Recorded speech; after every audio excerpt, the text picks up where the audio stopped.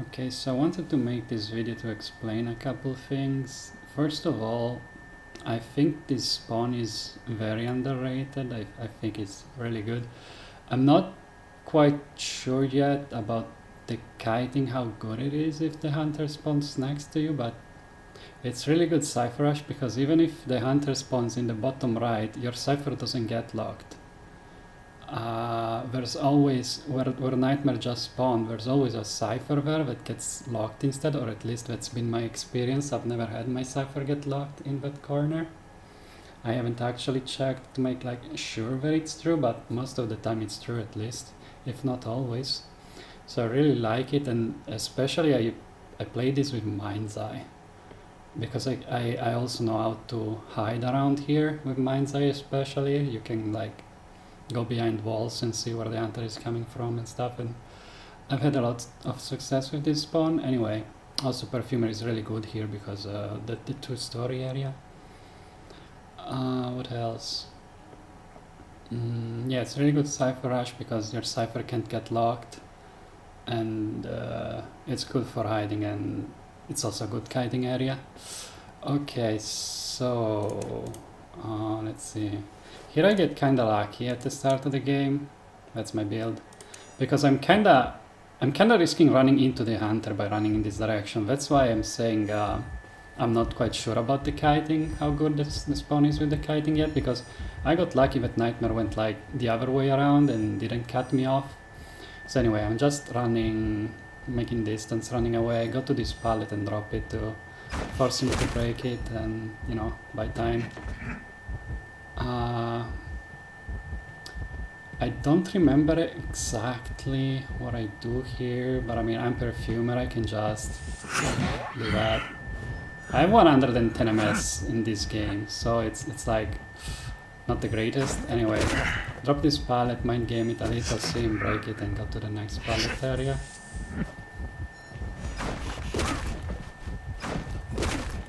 Here I see him break the pallet and just go back to my perfume. I mean, it's a nightmare. Oh yeah, here I try going... No, actually, I mean, I thought I tried going behind the railing to dodge that, but I don't know, I kinda didn't.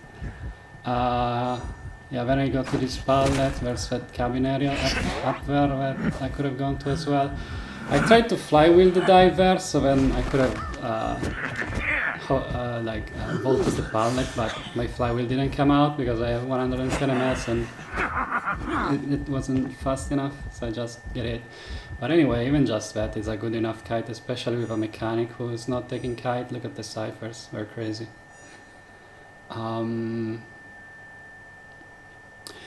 Yeah, also I'm not sure why the Nightmare is chasing a Perfumer.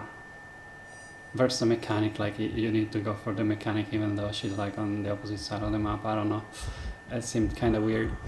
So he does a great rescue. I tried to go for the window, but I don't have companion effects, so I don't make it. I was hoping the shield would protect me, but no. Anyway, I'm just looking around to see where my teammates are. I see Butter coming in, so I try dying for him, like a little bit close to him so he can harass.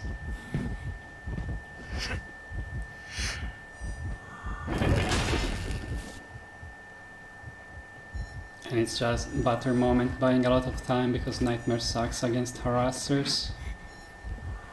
I personally, when I play Nightmare, I personally like most of the time I ban Butter, Cowboy and Forward. Like harassing just kills Nightmare. The Butter sadly fails his harass, but it still bought some time, and with our, I mean with mechanic Cypher Rush and how good the first kite was, which wasn't even good, but it was good enough because it's a Nightmare and Nightmare sucks at chasing. Nightmare sucks in general. So yeah, anyway, here I'm looking at my teammates, I'm like, wait, why am I not getting rescued? And then the bot comes in, I'm like, oh, okay, cool, thank you. Didn't realize the bot was coming in to rescue. Okay, so at this point, I still have one perfume, okay. Do I take kite? I don't remember what Nightmare does here. Here I'm just trying to hide. I'm dead on chair. The ciphers are nearly primed, both of them. I'm just trying to hide. I think I go get an item. Yeah, okay, Nightmare doesn't even come for me anymore. Like there's a Cypher right there, but there's a Raven on it, so if I touch that Cypher, Nightmare is gonna insta-TP on top of me, so I'm not gonna decode, I'm just trying to stay alive now because I'm dead on chair. So I'm just taking items for endgame.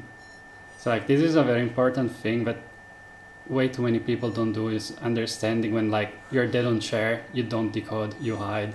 I'm just getting items for endgame, trying to maybe find a syringe to heal. If I'm full HP, I can maybe decode, but even then, it's risky and you shouldn't do it unless like...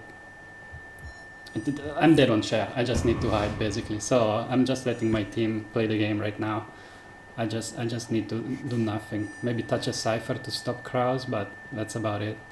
Open chests in case I can find a good item. So anyway, I'm just hiding. I don't know if... Oh, he doesn't have wanted orders, so I don't know if he has announcement or not, but turns out he has announcement, so he sees where I am and comes straight to me. I'm trying to hide, but I understand that he knows where I am, so I just use my perfume, use the buff to take a hit, and then go back to my elbow pads and try to buy as much time as possible for the gates to get open. Here I try to go behind the pallet, but I don't make it in time and go down. And also I think he has claustrophobia, so the gates don't get open still in time, but he gets greedy. Goes for the gate. He could have probably tied this game if he just chaired me and then went to the gate instead of going to the gate instantly. But yeah, basically when I was dead on chair, I just tried to find items and hit the entire game, because if I get found, I'm instantly dead, and then with the tension, it guarantees a draw for Nightmare. So like you just have to hide. So here I'm just listening to my teammates' pings to understand where Nightmare is.